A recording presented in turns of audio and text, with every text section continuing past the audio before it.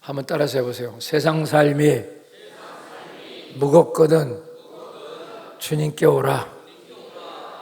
이런 주제로 오늘 말씀을 드리도록 하겠습니다. 인도 얼마 전에 인도 몇 년 됐죠. 선교지 방문차 인도에 간 적이 있습니다. 한 2번인가 제가 3번 이렇게 인도를 가봤어요. 참 사람들이 많아요. 인도는요. 뉴델리 수도인데 내려서 놀란 거는 너무 사람이 많다. 그냥 골목골목마다 사람이 진짜 너무 많아요. 올해 인도가 중국을 넘어서 14억 몇천 되는 인구가 됐다고 합니다. 세계에서 제일 인구 많은 나라는 중국이 아니라 이제 인도다. 그런 보도를 본 적이 있습니다. 사람이 많아서 그런지 그 뉴델리가 이제 수도인데요. 매연이 저기 껴 있어요. 항상. 제가 몇 번 봤는데도 그렇더라고. 그리고 거기는 이제 종교도 다양하고, 인도는 힌두교, 또 이제 불교, 잔이교, 이슬람, 아주 종교 박물관이라고 할 정도로 종교가 다양해요. 뭐 그건 좋은데 하여튼 사람들의 얼굴에 수심이 많아. 또 너무 인구가 많다 보니까 상대적으로 인도가 약한 나라는 아니지만 다 잘 사는 사람은 아주 잘 살고 대부분은 빈곤합니다. 얼굴에 그게 보여요. 이렇게. 그리고 피곤과 삶에 지쳐 있어요. 사람들을 보면 얼굴에 그게 역력합니다. 왜 그럴까? 그런 생각이 들어요. 근데 인도는 아이러니하게 아주 IT 산업이라든지 전자통신 이런데 세계 첨단 국가입니다. 여러분, 그거 아주 놀라운 얘기예요. 그러니까 거기는 아주 IT라든지 인터넷 뭐 이게 굉장히 발전되어 있어요. 미국에 가면 실리콘밸리라고 하는 우리나라가 같으면 대덕같이 과학자들이 모여 사는 그런 지역이 있어요. 그 실리콘밸리에 제일 많은 종족이 인도 사람이다. 그런 얘기를 제가 들은 적이 있습니다. 그 인도 사람이 머리 좋아요. 아주 좋습니다. 영어도 잘하고, 이방인 치고 영어 제일 잘하는 나라가 인도가 아닌가. 또 인도는 언어가 얼마나 많은지 몰라요. 하여튼 인도 그 지역에 쓰여지는 언어만 2만 가지가 넘다. 그러니까 인도는 인구도 많고 그냥 그래요. 근데 사람들이 대체적으로 삶에 피곤에 쩔여 있어요. 근데 제가 놀란 거는 그거가 그 인터넷 IT 산업 발전됐다잖아. 길가에 광고판이 이렇게 있는데 참 재밌는 걸 봤어요. 코끼리가 핸드폰을 들고 있어요. 이렇게. 코끼리가 그 걸음이 느릿느릿하잖아. 근데 핸드폰 갖고 어디 연락할 때가 있는지 그러면서 이 지역 참 이 나라 희한하다. 다들 힘들어하고 그런데 원래 코끼리는 엉금엉금 다니잖아. 그래 그 나라는 힌두교를 믿어가지고 코끼리 지나가면 차가 다 서요. 근데 핸드폰이 왜 필요한지 모르겠어. 다 서 있는데 참 피곤하겠다. 그런 생각이 듭니다. 그러면서도 그들이 첨단 산업에 아주 선두권을 유지하고 있는 것이 참 이채롭다. 그런 생각이 들었습니다. 그렇습니다. 오늘날 현대인들의 삶의 특징은 스피드입니다. 얼마나 빠르냐가 선이에요. 느리면 악이 됩니다. 요사이는. 얼마나 속도 경쟁이죠, 지금은요. 아마 더 빨라질 것 같아요. 그래서 아날로그 시대는 이미 옛날이죠. 아날로그는 좀 구자다. 사고 자체가. 그런 디지털, 거기 더 나가서 이제 인터넷 사이버, 영상통신, AI, 인공지능 막 이런 시대가 됐어요. 앞으로 어떤 시대가 올는지 몰라요. 요새는요, 진짜 AI, 인공지능이 생각보다 훨씬 더 발전되어 있어요. 제가 맨날 기도하러 가는 곳에 경기도인데 가끔 가다가 이제 휴게실에 들리는데 그 식당에서 갈비탕인가 뭘 하나 시켜 먹는데 아니 로봇가 갈비탕을 갖고 오는 거야. 너무 놀랐어. 뭐가 삑삑 하니까 갈비탕을 갖고 왔단 말이야. 네가 꺼내 먹어라 그 뜻인 것 같아. 그래도 그걸 먹으면서 그러니까 또 갈비탕 내가 내려놓으니까 또 가요 제자리 저쪽 또 딴 데로 가는 걸 보고 벌써 이런 시대가 됐나 그런 생각을 했습니다. 편리하죠. 요새는 효율이 극대화되는 세상입니다. 효율이 떨어지면 요새는 뒤처집니다. 편한 게 우선이고요. 아주 뭐든지 기계적인 것이 잘 다루는 사람이 요새는 상당히 첨단을 사는 것 같은 착각에 빠져 삽니다. 그런데 문제가 있는 것은 그렇게 기계나 세상이 빨라진 거에 대해서 우리 마음이 못 쫓아가는 거야. 우리 마음이 불안한 거야. 그래서 노인 양반들이 요새는 시내 같은 데 명동이나 이렇게 강남 가기를 꺼려요. 거기 가면 다 사람이 없어요. 기계를 넣고 지가 이렇게 계산하고 이제 그게 어려운 건 아닌데 그 어르신들은 나도 어르신인가? 하여튼 그거 쉽지 않겠더라고요. 보니까 그거 전부 다. 근데 젊은 애들은 너무 잘하죠. 그런데 나이가 좀 먹으면 이거 좀 쉽지 않겠다 그런 생각이 들어요. 그러니까 나이 먹으면 그런 데를 피한다고 하잖아요. 이거 좀 딴 데 사람이 돈 받는 데 없나 이런데. 근데 그게 이해가 가요. 마음이 못 쫓아가는 거예요. 마음이 그 세상의 그 스피드를 못 쫓아가죠. 또 그러니까 우리가 볼 때에는 영혼의 안식을 잃어버리고 사는 거죠. 너무 세상에 붙들려서 그냥 막 쳇바퀴처럼 막 기계 바퀴처럼 돌아가니까 마음이 못 쫓아가니까 불안하고 그걸 못하면 내가 또 시대에 뒤떨어지는 것 같고 또 영혼에 대한 안식은 찾을 수가 없고 그런 시대에 우리가 살아요. 그러므로 우리 인생에 모든 일이 짐이 됩니다. 스트레스가 돼요. 스트레스. 나가보면. 또 운전도 그래요. 운전도 자율운전이 앞으로 나온다고 하는데 그게 나오면 또 얼마나 더 스트레스가 될까 그런 생각도 들고요. 중요한 건 그렇게 발전되는 거에 따라서 한식의 탈출구가 전혀 보이지 않는다는 거죠. 그러니까 사람들은 그런 무거운 짐, 스트레스를 풀려고 쾌락을 쫓죠. 도덕한 술, 담배, 마약, 이런 것들이죠. 그리고 쾌락에 점점 빠져들어가고. 그래서 병적인 삶이 계속 유지되고 있죠. 계속 펼쳐지고 있어. 지난주에 내가 그 정유정이라는 청년이 23살 먹은 사람이 그렇게 잔인하게 사람을 죽였다. 그런데 이렇게 조사를 해보니까 사이코패스 무슨 지수가 있대요. 그게 너무 높더라는 거예요. 너무 장누군가 장두순인가 무슨 이 누구 그 사람이 아주 사이코패스인데 그 사람보다 더 높더랍니다. 이 여자가. 그럼 왜 그분이 그런 것이 이렇게 높고 그런지를 할까? 은둔형이잖아요. 남들은 다 아는데 자기는 뒤떨어졌다고 믿는 거야. 그러니까 그 삶이 그리 병적으로 흐르게 되는 겁니다. 이게 무서운 거예요. 다른 사람은 다 대학 가고 그래도 자기는 고등학교 졸업 맞고 5년 동안 아무것도 못하고 집에 처박혀 있으니까 얼마나 불안하겠어. 그런 것들이 스트레스가 되고 병리적 삶으로 바뀌어서 그런 엄청난 잘못을 저지르게 되는 거죠.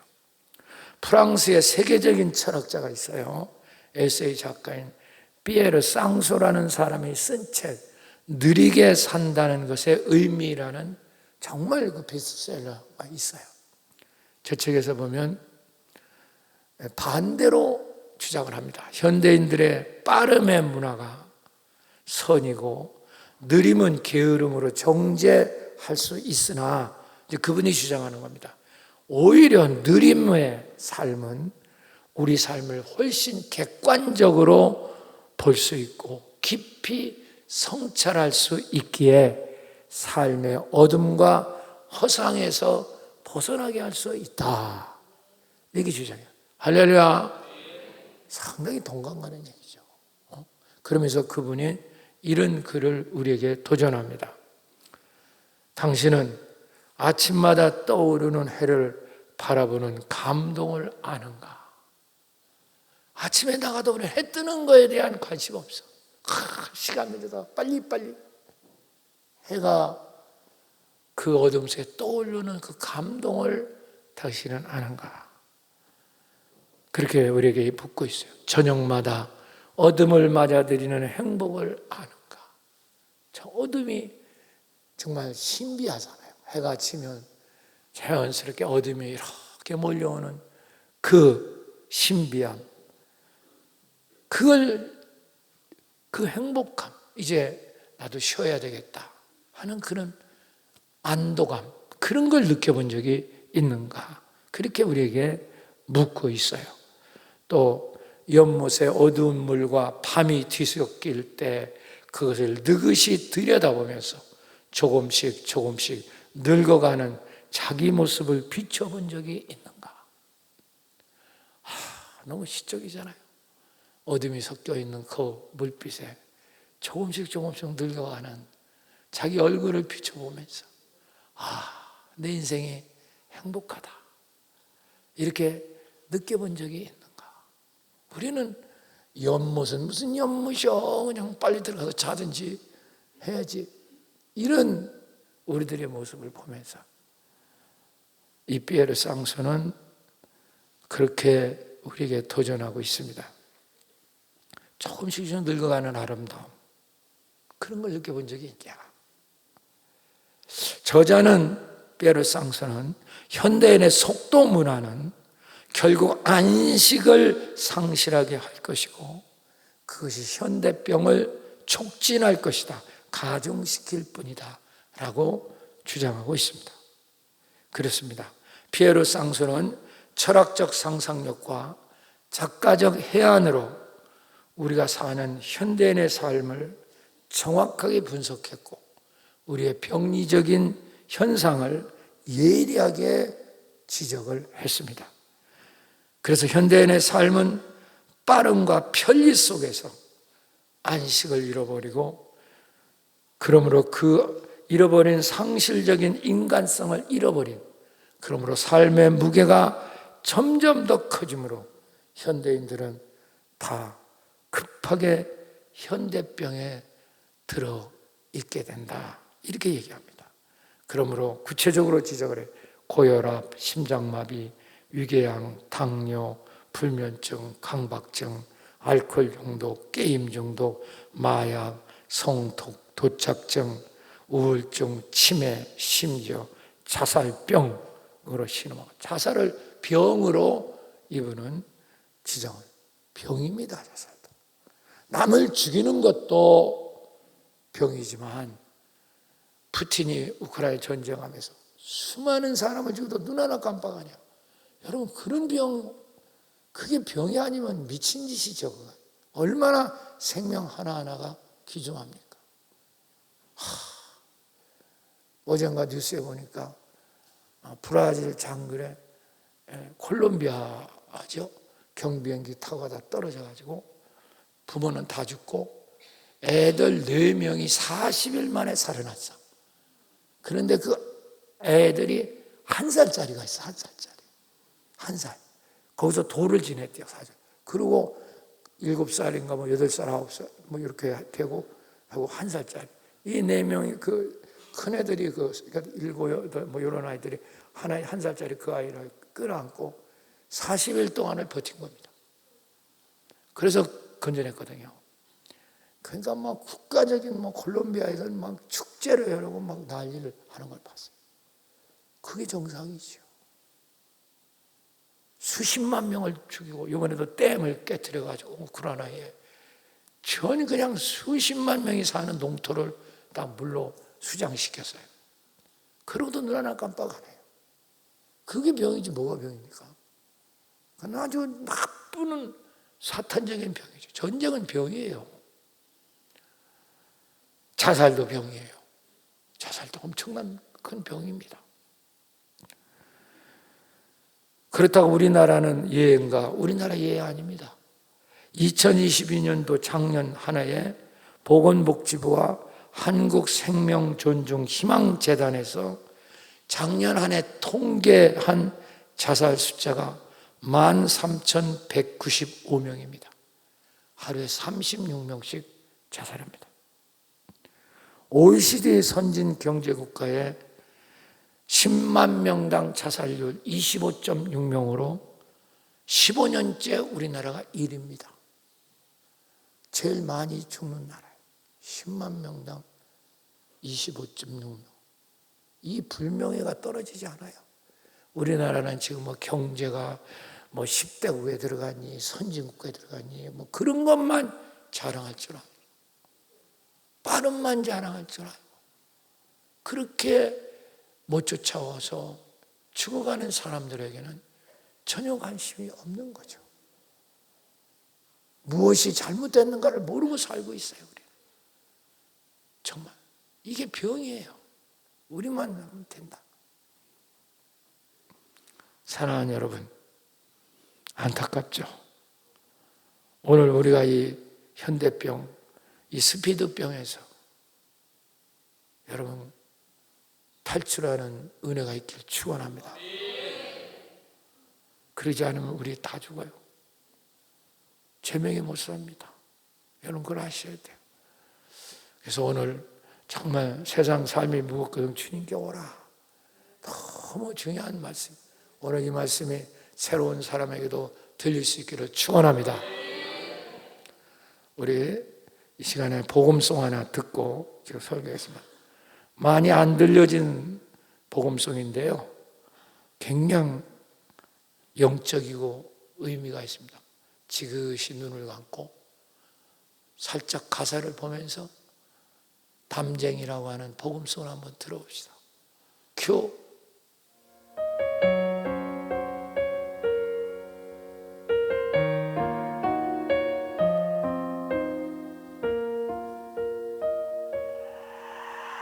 저것은 벽, 어쩔 수 없는 벽이라고 우리가 느낄 때 그때 담쟁이는 말없이 그 벽을 오른다.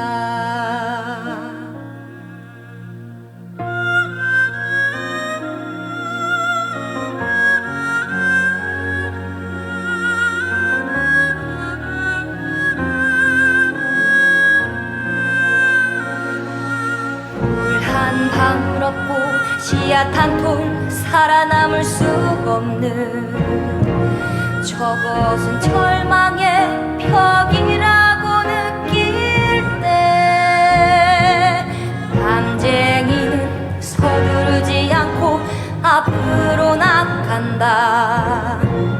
한 뼘이라도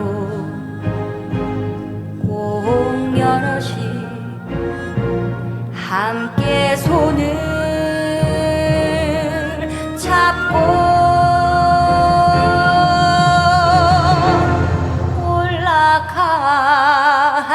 올라간다. 부르게 절망을 다 덮을 때까지 하루 그 절망을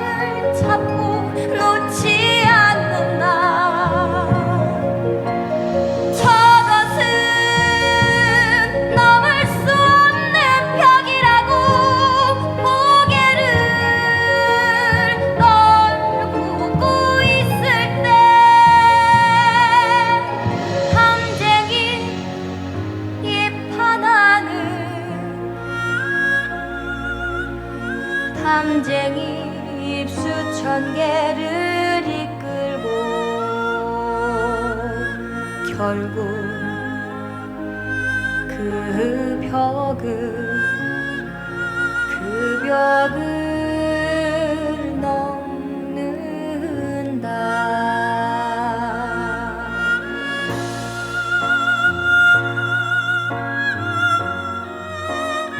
저것은 벽,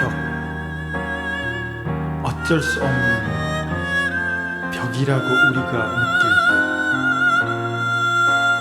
그때 담쟁이는 말없이 그 벽을 막는다.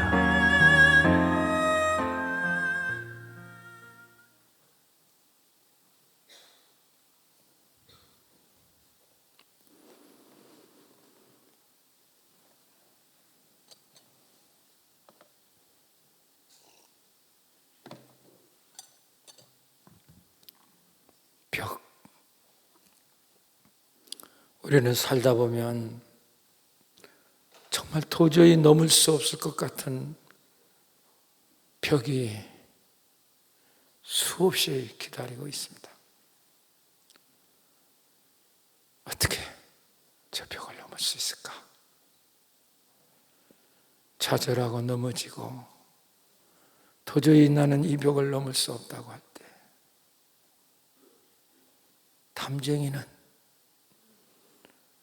담쟁이는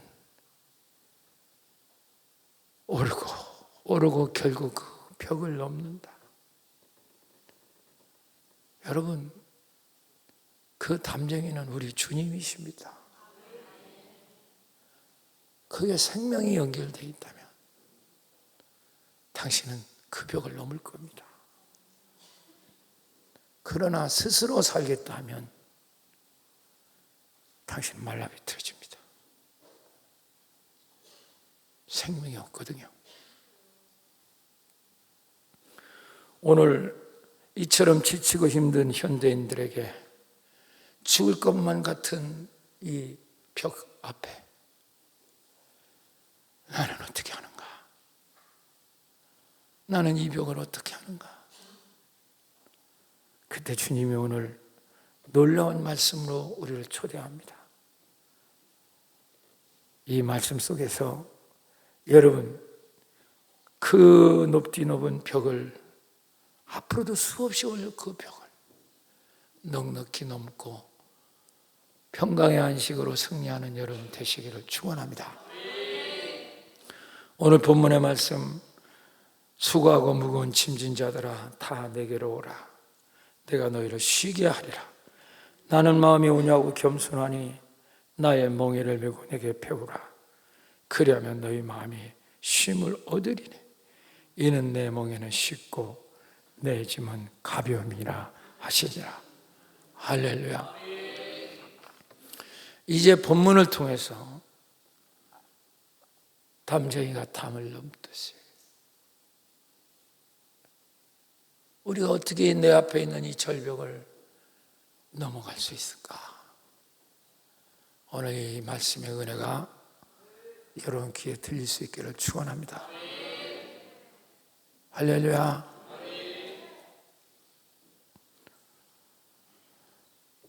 28절 띄워주세요. 시작.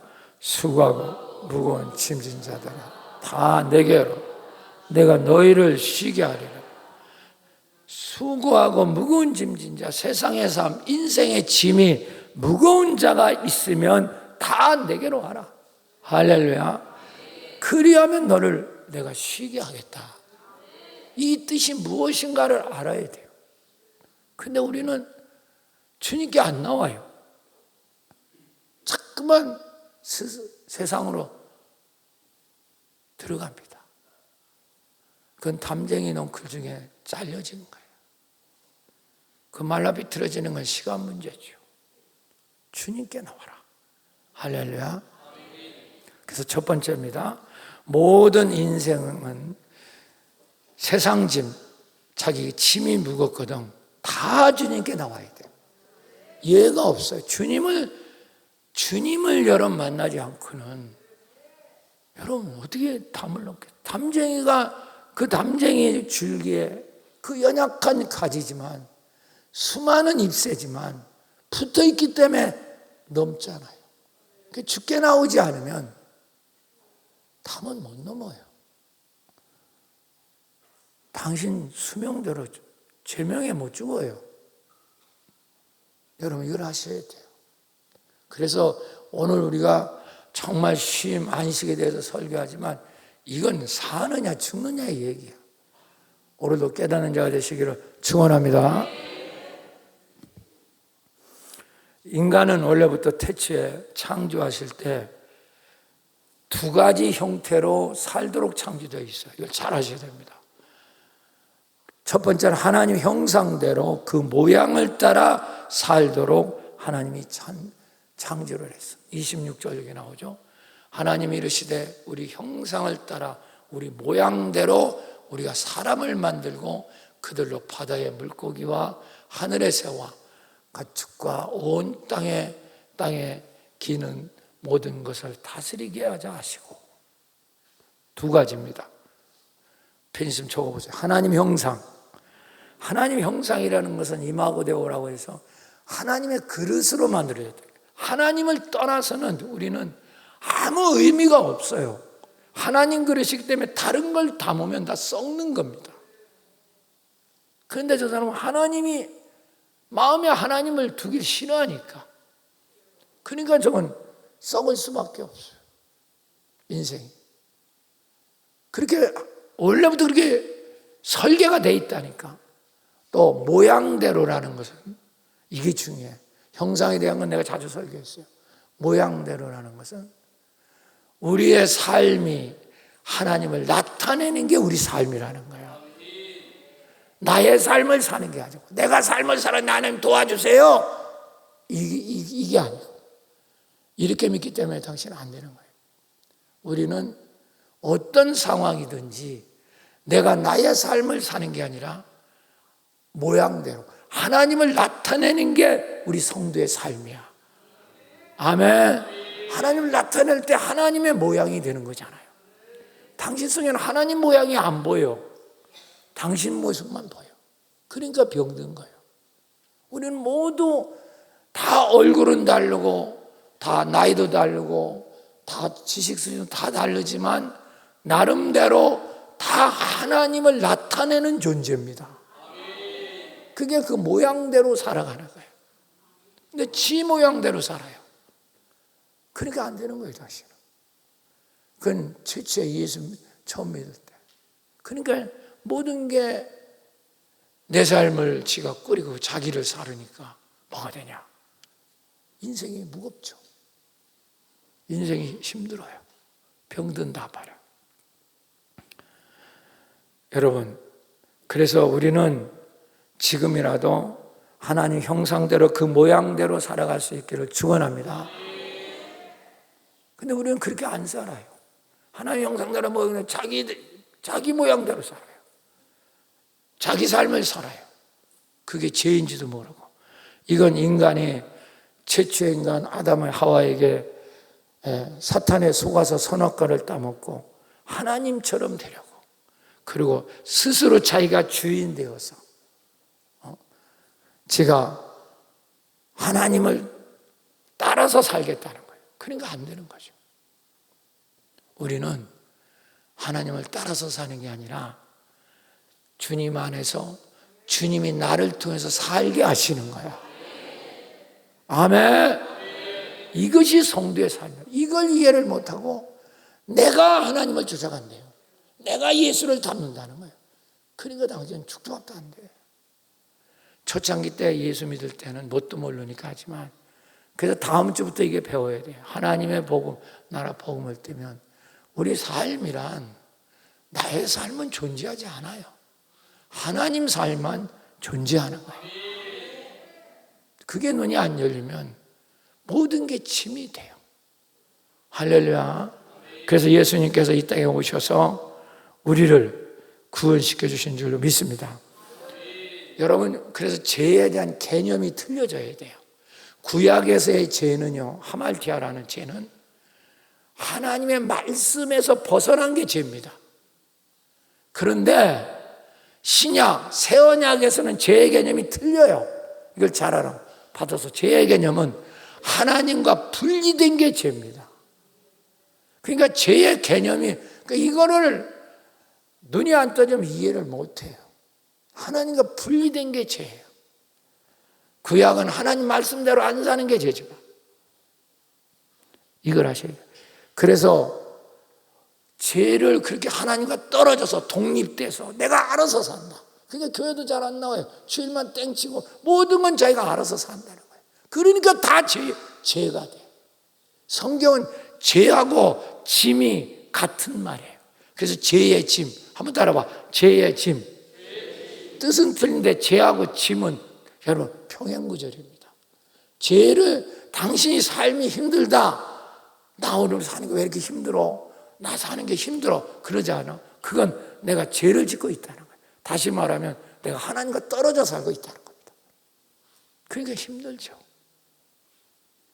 죄가 뭔지를 저분은 이해를 못하니까. 죄가 무슨 도둑질하고 남고 뺏고 거짓말하고 사기치는 게 그런 게 죄가 아니에요. 하나님 분리돼서 지가 주인 돼서 내가 맨날 거짓자 지 판단을 하고 그게 죄입니다. 그러니까 그 죄는 짐이 돼, 짐. 스트레스가 되고 그게 병드는 거예요. 젊은 사람이 병들어하고 맨날 아프다고 하고 저게 뭔지 아세요? 하나님하고 분리된 거예요. 그게 담쟁이가 올라가잖아. 그 노래서부터 그 작은 잎새가 올라간다. 다 담쟁이는 연결돼 있어, 안 연결돼 있어? 한 개라도 있던 잘라진 게 다 주님과 연결됐기 때문에 담을 넘는 거예요. 그 당신은 잘라졌어요. 담쟁이하고 못 넘어요. 넘다가 다 말라 비틀어지는 거죠. 그래서 예수님 러시아의 문학가 토스토예프스키는 그의 명저 죄와 벌에서 주인공을 통해서 이런 말을 합니다. 죄인에게 산다는 것은 자체가 힘겨운 질입니다. 너무 놀라운 얘기예요. 한번 따라합시다. 죄인에게는 산다는 것이 자체가 힘겨운 짐이다. 죄라고 하는 것은 자체가 짐입니다. 하나님 떨어져서 담쟁이 형 떨어져 사는 건 그 자체가 너무 힘들어.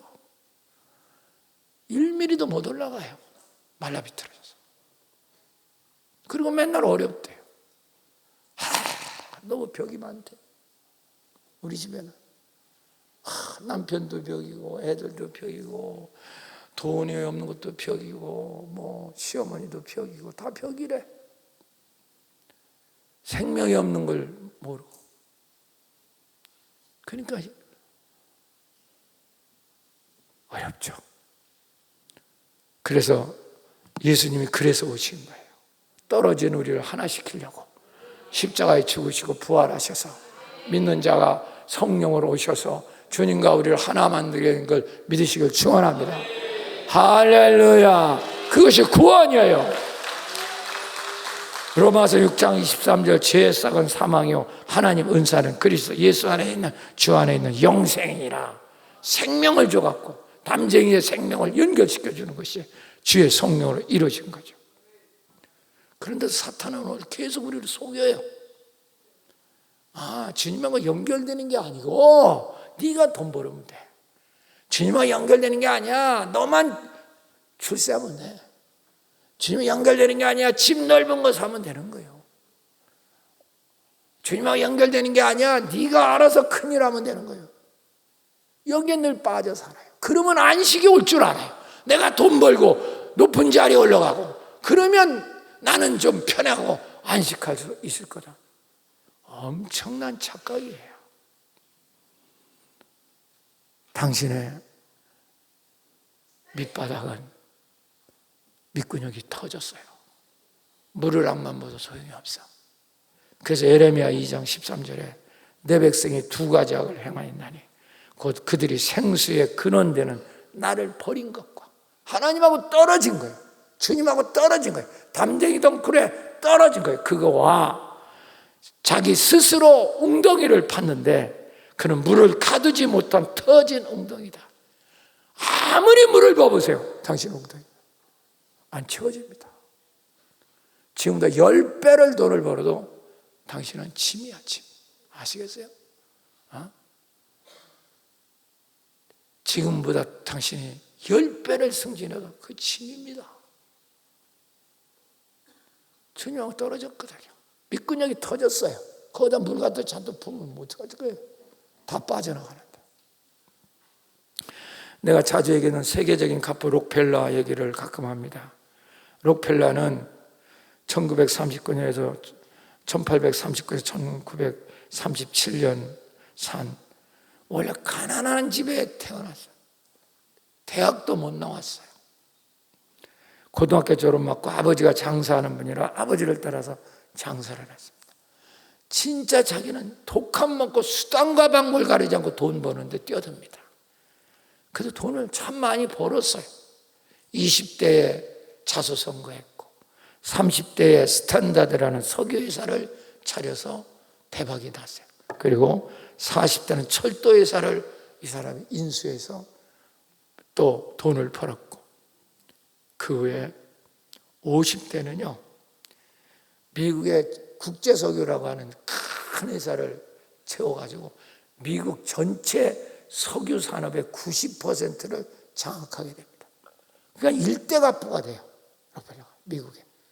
그러니까 우리나라 일대가부도 대단한데 삼성, 현대 대단하잖아요. 그런데 미국에서 최고의 가부라고 하면 그건 세계적인 부자죠. 그런데 그는 물질은 성공했는지 모르지만 인생은 실패했어요. 그에게 돈 때문에 머리 숙이는 자는 있지만 그를 존경하는 자는 없어요.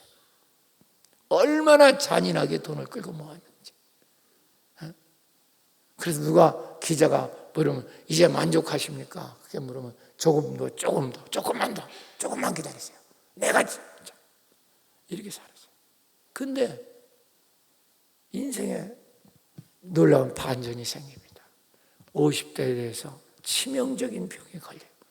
내가 얘기해요. 여러분, 지금 주님과 생명을 안 맺으면 여러분 한번 치명적인 당신 홍역을 앓게 됩니다.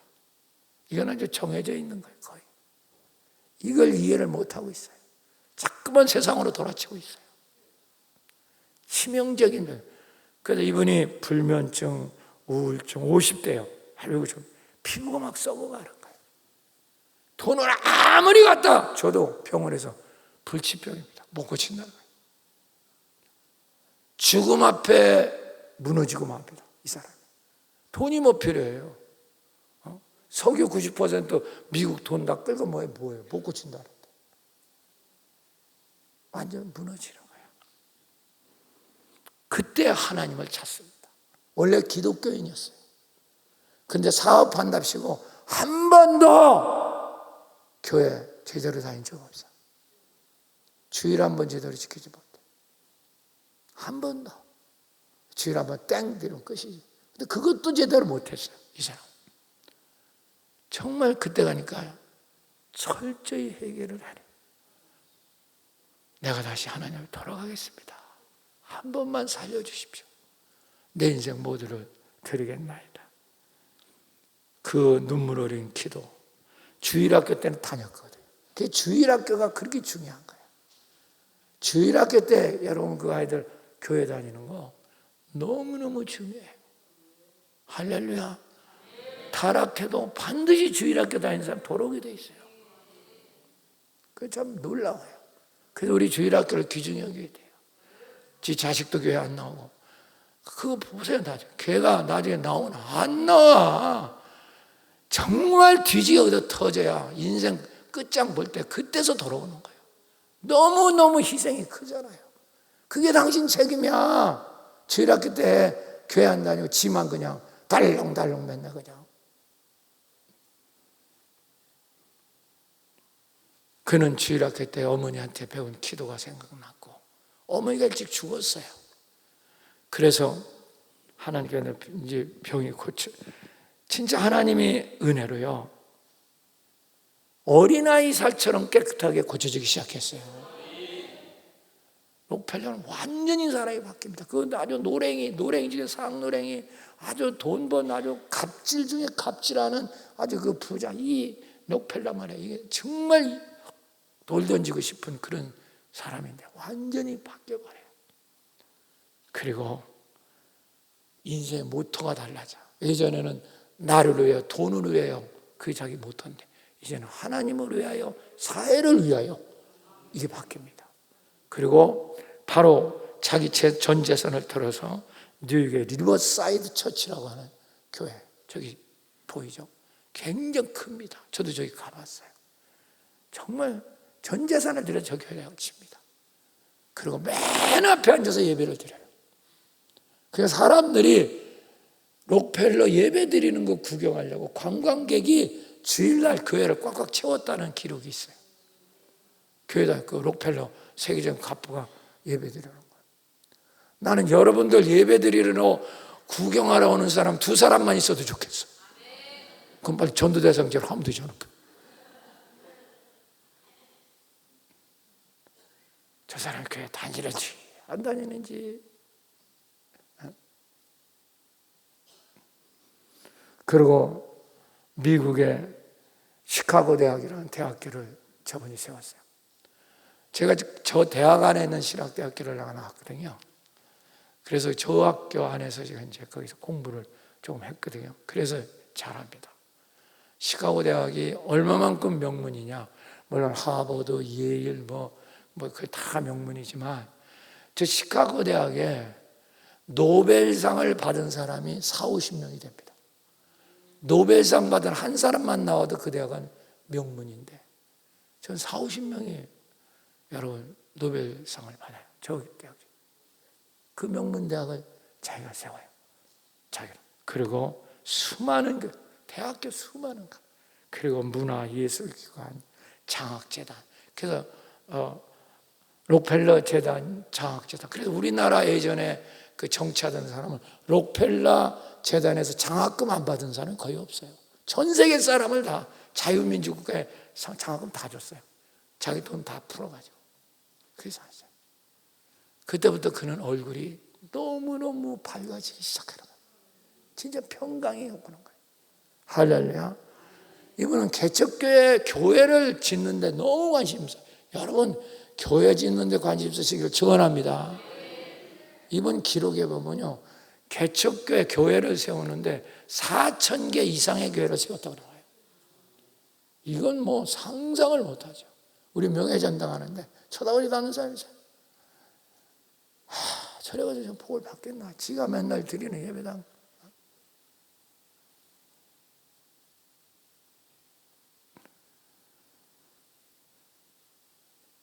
기자가 물었습니다. 어떻게 이런 일을 하실 수 있습니까? 그때 록펠러 얘기합니다. 하나님이 하셨습니다. 얼굴이 너무너무 밝은 거예요. 하나님이 하셨습니다.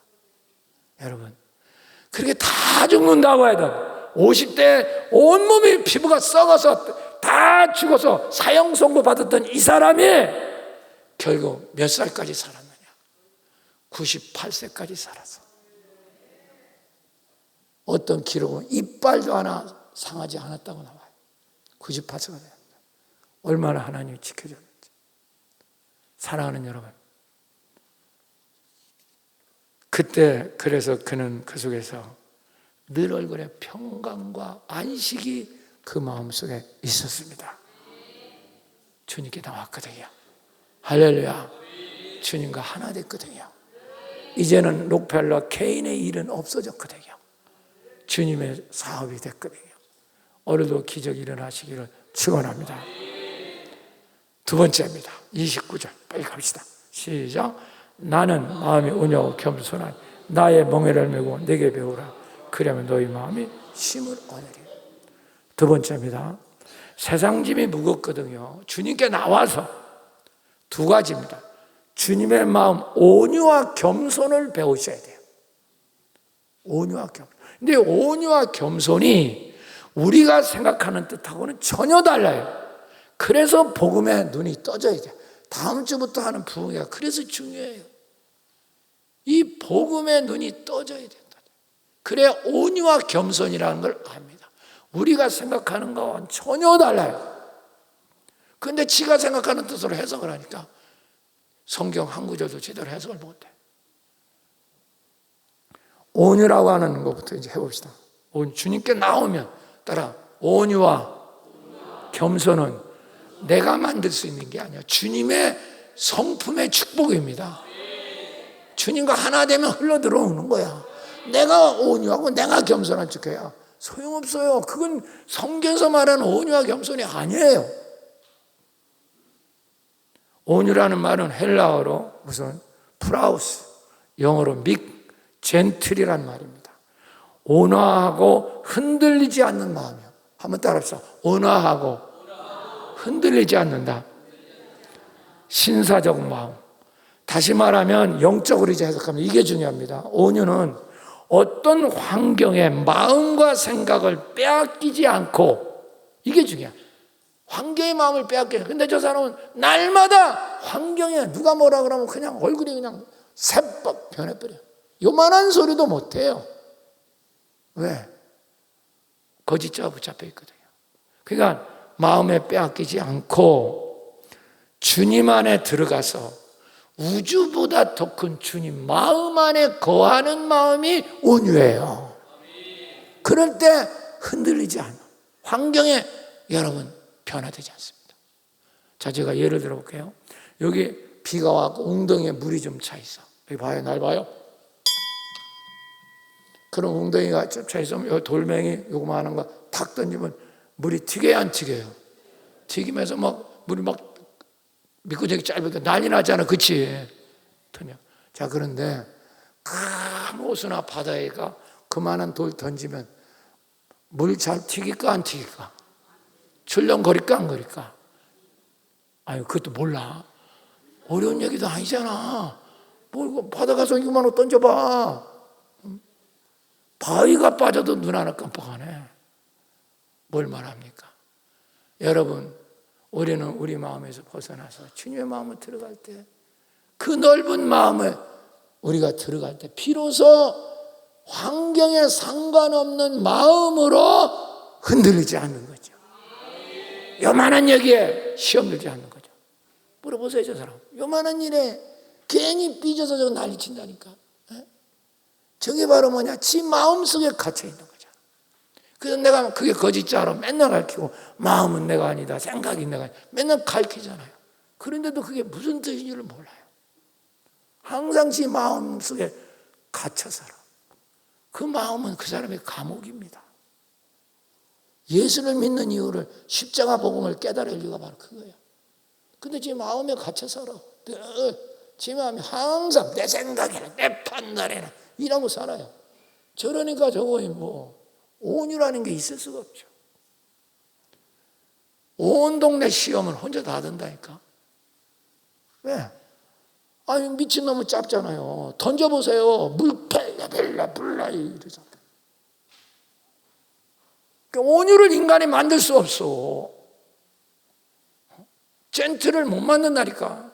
미크를 못 만든다니까. 온유를 못 만들어요, 인간은. 우리가 나를 부인하고 주님 안에 들어가서 주님의 마음이 흘러들어올 때 온유가 여러분 속에 임하시기를 축원합니다. 그때 우리는 평강을 누리는 거야. 어디 마음으로 들어갈 때? 주님의 마음. 그러니까 내 마음에서 벗어나는 게 1번이야. 그게 십자가를 치는 거야. 날마다 네 자신을 부인하고 너를 십자가 지고 나를 쫓아라. 그러니까 우리 기독교 신앙은, 그러니까 이건 기도하지 않으면 할 수가 없어요. 기도할 때 가능해지는 거예요. 그러니까 기도 안 하고부터 저 사람은 더 스트레스 짱이고요. 더 얼굴을 보세요. 저게 얼굴인가? 오만상호 다 하고 앉았죠. 안 됩니다. 온유는 인간이 만드는 게 아니라 다 이 주님의 마음이에요. 할렐루야. 거짓자를 십자가에 못 박고 주님 안에 들어갈 때 온유의 그 승리의 마음이 우리 속에 밀려 들어오니까 흔들리지 않죠. 이해가 되십니까? 그래서 요한복음 16장 33절, 이것을 너에게 이르는 것은, 크게 읽어 시작. 이것을 너희를 어디 안에서? 뭘 누리게 하며? 이게 평안을 누린다는 게 환경하고 상관없다는 말이야. 내 주변의 상관은 나하고 상관이 없다. 한번 해봐. 내 주변에 환경은 나하고 상관없다. 선포하시라고. 선포. 오늘 우리 집사님 간증하는 거 들으니까 그런 얘기 하더만. 진짜 영적으로 눈뜨게 하는 게 최고의 믿음이야. 지금 새 언약 시대 살며 당신은 율법에 붙잡혀 살아요. 그러면서 내가 이러고 있으니까 안 되는 거예요. 온유가 뭔지 몰라. 날마다 그냥 조석변이로 바꿔요. 어떻게 그걸 살겠어요? 내 안에 평안을 누리라면 세상에서 너희가 환난을 당하나 담대하라. 내가 뭐리겠어? 세상 환난하도 그건 너하고 상관없다. 너는 내 안에 있다. 할렐루야.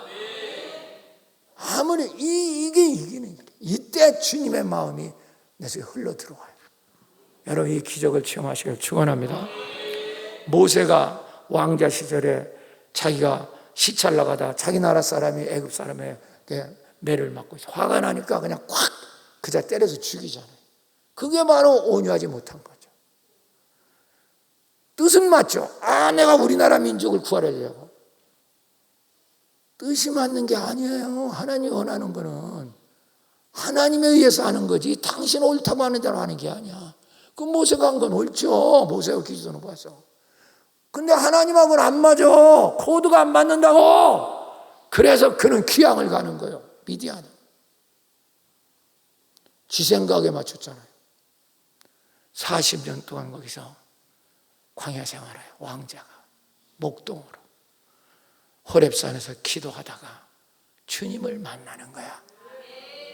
그때 뭐요? 가시떨기나무에 불이 붙었지만 타지 않았지, 그치? 여러분 가시떨기나무에 불 붙으면 타야 돼, 안 타야 돼? 타야 되는 거야. 안 탄단 말이야. 이건 무슨 말입니까? 네가 가시떨기처럼 약하지만 불같은 세상에 환경이 와도 너는 상관이 없다 이 말이야. 할렐루야. 여기서 그는 온유의 눈을 뜨게 되는 거야. 모세가 그때 지도자가 되는 거야. 지도자는 영적 눈이 뜨지 못하면 지도자 못해요. 될 수 없어요. 지도자가. 민수기 12장 3절. 자 읽어보세요. 시작. 이 사람 모세는 온유함이 지면은 모든 사람보다 더하더라. 이 세상 어떤 사람보다 더하더라. 그 불같은 성질을 가졌던 모세가 어떻게? 그는 기도하면서 자기 마음 위에서 탈출하여 주님의 마음을 체험한 거예요. 신약으로 말하면 십자가를 체험한 겁니다. 이게 구약 사람이지만 복음적인 계시가 그 사람에 임한 겁니다. 할렐루야. 아멘. 오늘도 여러분에게 이런 은혜가 있기를 축복합니다. 이제 겸손에 대해서 배워봅시다. 겸손도 그래요. 겸손도 여러분이 생각하는 겸손하고는 전혀 달라요. 헬라어로는 타페이노스라는 말입니다. 그리고 영어로는 험블 롤리라고 하는 말을 씁니다. 겸손. 이 글자 뜻은 자기 마음을 낮춘다는 뜻이에요. 겸손은 다른 게 아니에요. 마음을 낮춘다. 그게 겸손입니다. 근데 인간은 마음을 낮출 수가 없어요. 근데 뜻은 마음을 낮춘다는 거예요. 그래서 안녕하세요 이렇게 마음을 낮춘다는 뜻이에요. 근데 그 낮춘 건 자기 힘으로 마음을 낮춘 건 또 올라가요. 그건 스프링 같은 거예요. 스프링 잔뜩 찍어 누르면 이게 내려간 것 같으면 손 띄면 튀어요, 안 튀어요? 튀어요, 안 튀어요? 그러니까 여자가 결혼한 남편한테 뭐라고 해도 참고 예 그린다고 여자가 온유하다고 생각하면 큰일 나. 나중에 나이 먹으면 당신 밥도 못 얻어먹어. 그게 스프링이 튀면 당신 꼭대기 올라가서 머리 다 잡아뜯어놔. 그러니까 젊었을 때 잘하셔야 돼. 세상에 겸손한 사람은 한 사람도 없어요. 누르고 있을 뿐이야. 그러니까 누를 수 없어요, 인간은요. 낮출 수가 없다고요. 마음. 그건 또 튀게 돼 있어요. 그럼 이건 뭐냐? 이게 중요한 거예요. 영적으로. 복음의 눈이. 그래서 다음 주 부흥회가 중요하다. 뭐냐? 그럼 어떻게 인간은 마음을 낮출 수 있는가? 사람의 힘은 안 돼요. 자, 그럼 중요한 영적 진리 하나. 요것만 눈 뜨면 돼요. 내 마음의 주인이 내가 아닌 걸 깨닫는 거예요. 써봐. 내 마음의 주인이 내가 아니다. 이걸 깨달으면 여러분, 그때부터 당신의 마음은 낮아지기 시작합니다. 내 마음이 내가 주인이다. 그러니까 나는 내 생각대로 한다. 나는 내 마음대로 한다. 이게 마귀가 들어있는 거거든. 그런데 내 마음의 주인은 내가 아니다. 어떤 생각이 들어도 이건 내가 주인이 아니다. 따라 내 마음의 주인은 누가 아니다? 내가. 이걸 깨달아. 그럼 누구예요? 주인이? 예수님이시죠. 주님이시죠. 할렐루야. 주님이시면 주님의 마음이 흘러들어오죠. 그게 낮은 마음이야. 그게 겸손의 마음이야. 근데 우리는 지가 겸손하려고 해요. 이것처럼 어리석은 적 없어요. 지가 겸손한 척해요. 그래서 공손히 인사하고, 인사하는 게 나쁘다는 게 아니에요. 아무리 그래도 저 사람 마음은 닿지 않아요. 언제든지 저건 지 꼭대기에 올라갑니다. 이걸 이해를 못하는 거예요. 겸손은 내 마음의 주인은 주님이세요. 내가 주인이랄 때는 마귀가 들어있는 거예요. 마귀. 아십니까? 나라고 하는 건 존재할 수 없어. 1인칭은. 내가 맨날 가르치잖아. 근데 내가, 내 생각, 내 느낌을 말도 못해요. 뭐 이렇게. 기가 막혀. 저거는 예수를 믿는 사람인가 안 믿는 사람인가. 그렇게 귀가 뚫리도록 얘기해도 이게 복음의 눈이 떠지지 않으면 이게 이해가 안 됩니다. 여러분, 우리는 내 마음이 꺾이고 주님 마음이 내 속에 지배할 때 겸손의 복이 흘러 들어오는 거예요. 그 내 마음에 그 높아진 마음을 주님이 몰아내게 되는 겁니다. 그때 겸손이 되는 거죠. 이때 병이 고쳐지고요. 주님의 음성이 그때 들려요. 주님 마음을 가지고 들리지 않겠어요? 뭐 기도응답 다 되는 거죠. 다 되는 거죠. 근데 이게 안 되는 거예요. 저 사람. 그러니까 기도도 안 하고 말이죠. 요한복음 예수님이 이렇게 사신 거예요. 8장 26절 굉장히 중요해요. 써놓고 집에 가서 묵상하세요. 시작. 내가 너에게 대하여 말하고 판단할 것이 많으나 나를 보내시니가 참되시며 내가 그에게 들은 그것을 세상에. 자 보세요. 예수님께서도 육신을 갖고 있을 때 주님의 마음이 있었어요. 육신의 마음. 그런데 그러니까 내가 판단할 것이 많다. 내가 내 마음의 주인이라면 모든 걸 다 판단합니다. 저 사람이 다 판단해. 누가 올 거 이건 저거고 지가 다 판단해요. 저게 마귀인데.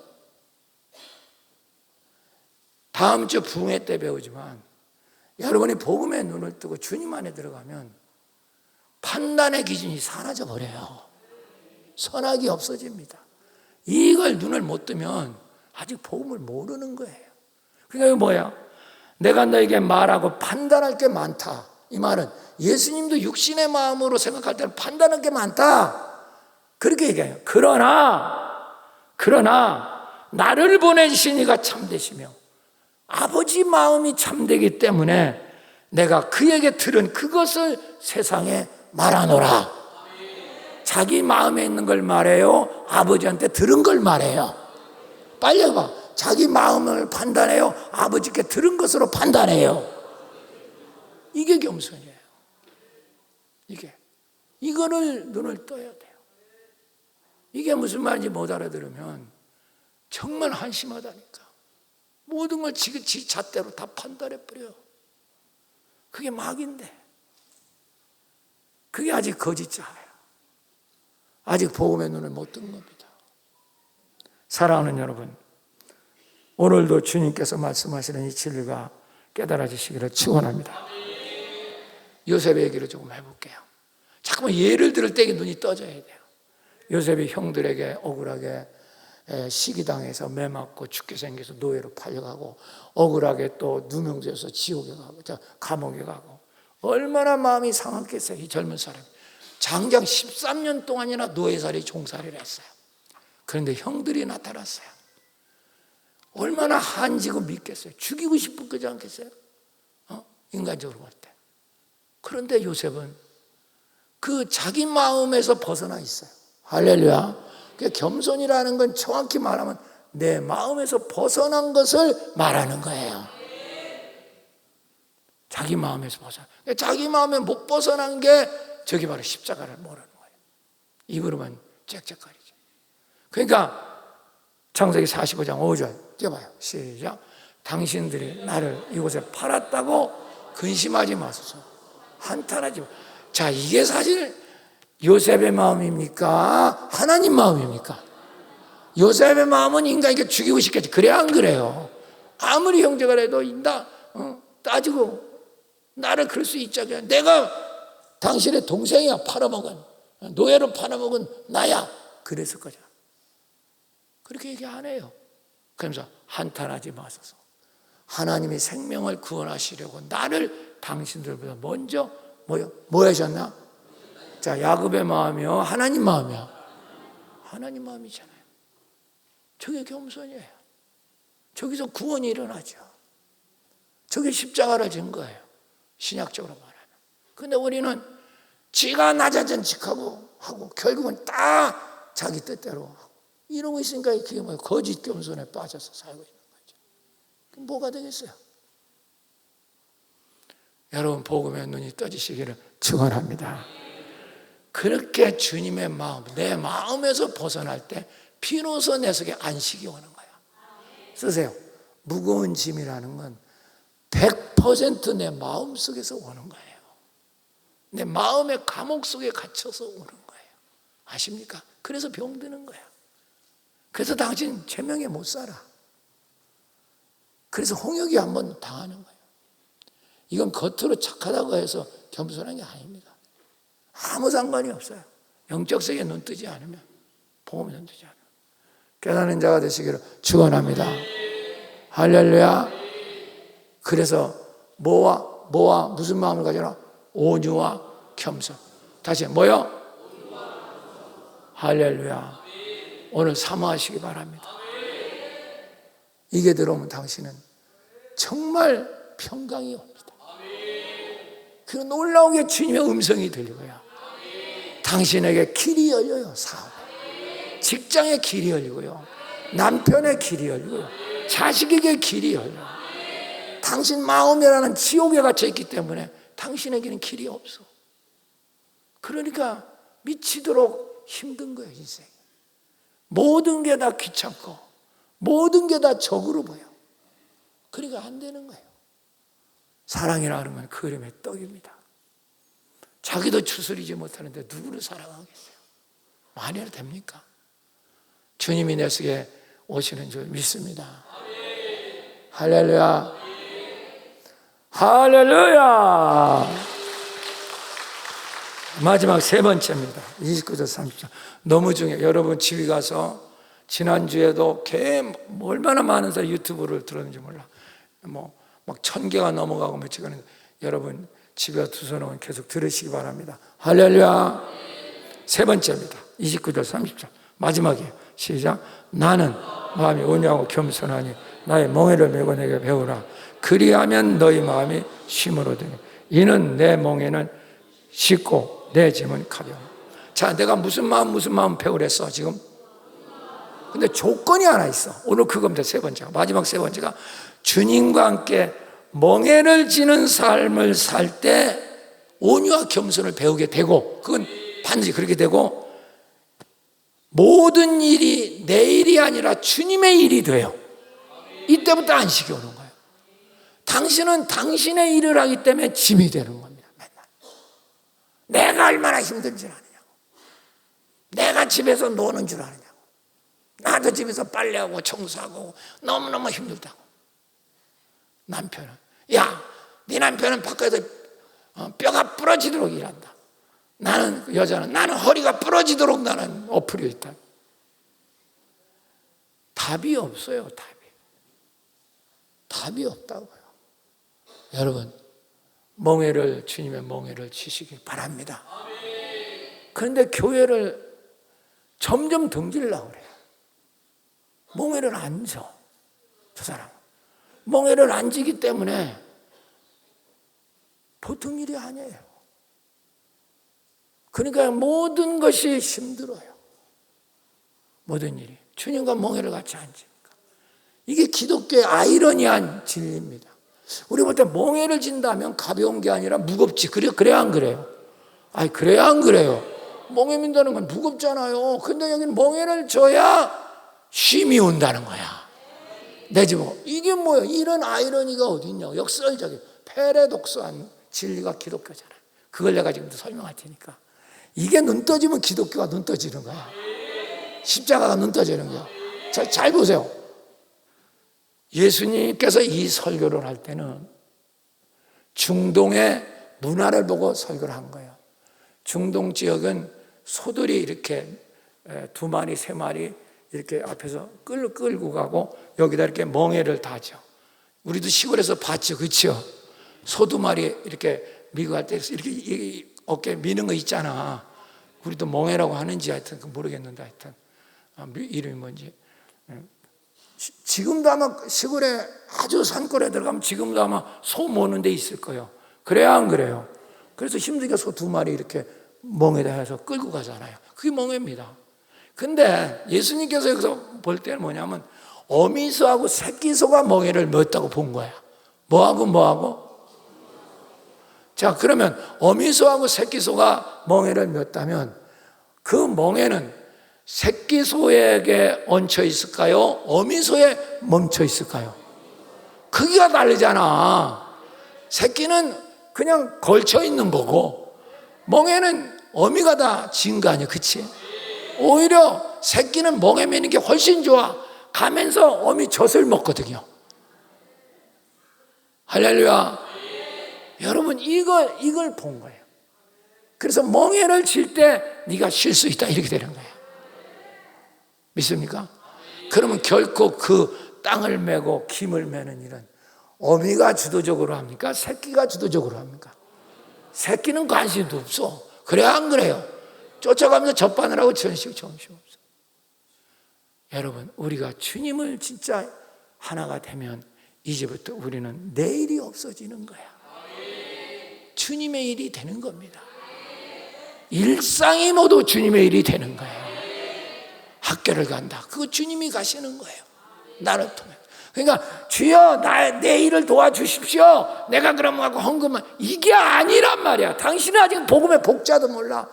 여러분, 우리가 사업을 하든 일상을 살든 모든 일을 하든 우리가 십자가에서 죽고 주님과 하나 되면 내일을 위해서 하나님을 찾는 게 아니라 모든 일은 주님의 일이 되고 주님이 나를 통해서 그 일을 하시는 거예요. 할렐루야. 이때 우리는 안식을 하게 되는 겁니다. 할렐루야. 이때 우리가 안식을 하는 거예요. 그걸 이해를 못하고 그러니까 맨날 내가 얼마나 힘든지 아냐고 봉사하면서 나 성가대 안 했다. 얼마나 힘들죠. 당신이 성가대하면 너무 힘들어. 주님이 당신 속에서 성가대를 하셔야지. 당신이 왜 성가대를 해요? 왜? 그러니까 맨날 시험 들고 뭐 하느니 마느니 그 꼬라지 하는 거지. 깨닫는 자가 되시길 축원합니다. 여러분, 우리가 이 놀라운 비밀을 깨달으시길 축원합니다. 주님과 멍에를 같이 지면 내일은 없어요. 나는 이미 죽고 할렐루야. 담쟁이하고 연결됐다면 담쟁이 그 줄기가 끌고 올라가는 거지. 그치? 그래야 안 그래요? 담쟁이는 붙어 있는 거잖아. 나는 포도나무 너희는 가지니 포도나무 가지는 붙어 있기만 하면 줄기가 끌고 올라가는 거지 가지가 끌고 가는 거 아니잖아. 그러니까 당신은 지를 위해서 하나님을 찾고 있어요. 그러니까 힘이 되죠. 힘이 들어. 모든 게. 그러니까 주님께 나오질 않아. 이게 문제입니다. 그래서 빌보 4장 6절 7절 아무것도 염려하지 말고 모든 일에 기도와 간구로 너희 구할 것을 감사로 하나님께 아뢰라. 그리하면 모든 지각이 뛰어난 하나님의 평강이 그리스도 예수 안에서 너희 마음과 생각을 지키시리라. 아무것도 염려하지 마라. 할렐루야. 네가 원하고 힘들면 기도 간구로 감사함으로 하래라. 이게 뭐요? 감사함으로. 하나님께 다 하시니까.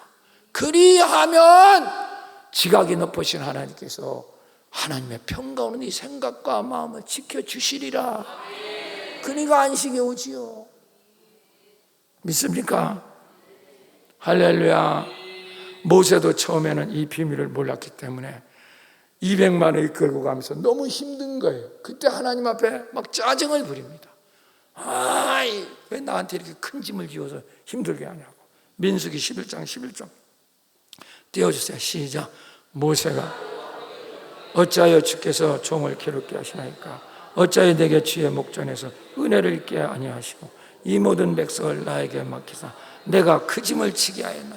어째서 내가 이 사람들을 맡겨서 나에게 짐이 되게 하나이까? 내가 이 사람들 낫습니까? 막 뒤에 이렇게 나와요. 아직도 그는 주님과 하나 되는 삶, 멍에를 지는 사람을 모르고 있는 거죠. 주님이 그러나 기도하다 깨닫게 됩니다. 영안이 열리니까 바로 그 멍에는 모세가 진 게 아니라 하나님이 지고 가는 걸 보게 된 거예요.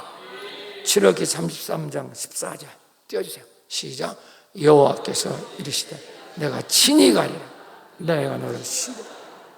할렐루야. 내가 친히 가리라. 내가 친히 이걸 하고 있다. 너는 쉬어라. 할렐루야. 내가 만약 이걸 못 깨닫다면 광진께 벌써 쓰러졌어요. 광진께 당회장 노릇 하루도 힘들어요. 단 하루도 감당하기 힘듭니다.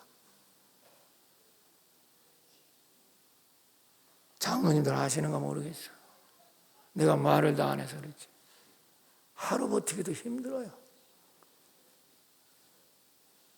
옆에서 하기 좋은 소리나 팅팅하고 하지만 사랑하는 여러분, 주님과 몽회를 같이 지시기를 축원합니다. 내가 이 몽회를 내가 졌다면 저는 갔어요 벌써. 하루도 버티기 힘들다니까. 못 버텨요. 주님이 주시는 인내심 갖고 오늘도 내일도 이 길을 가는데 너무 놀라운 주님의 은혜를 주시는 거죠. 한 얘기만 하고 설교 끝낼게요. 농촌에 어떤 선교사가 지나가는데 어떤 할머니가 큰 짐을 머리에 이고 가요. 선교사님이 그 할머니가 불쌍하니까 차를 태워줬어요. 그랬더니 그 할머니가 차를 태워, 아유 감사해요 선교사님 그렇게 하고 탔는데 문제는 뭐냐면 이 할머니가 그 짐을 안 내려놓고 머리에다 올려놓고 끄떡끄떡하고 있어. 선교사님이 차를 타셨으면 짐을 내려놓으세요. 그러니까 그 할머니 하는 말이 아휴 선교사님 차 태워준 것도 고마운데 내 어찌 짐을 내려놓겠냐고. 멍에를 같이 지면 오늘날 이렇게 살아가는 사람 많아요. 멍해졌다면 그분에게 맡기고 당신 젖이나 빨면 되는 거야. 오늘도 자유함을 누리고 주님과 멍에를 같이 짐으로 주님의 일을 날마다 누리며 사는 복을 받으시기를 축원합니다. 할렐루야.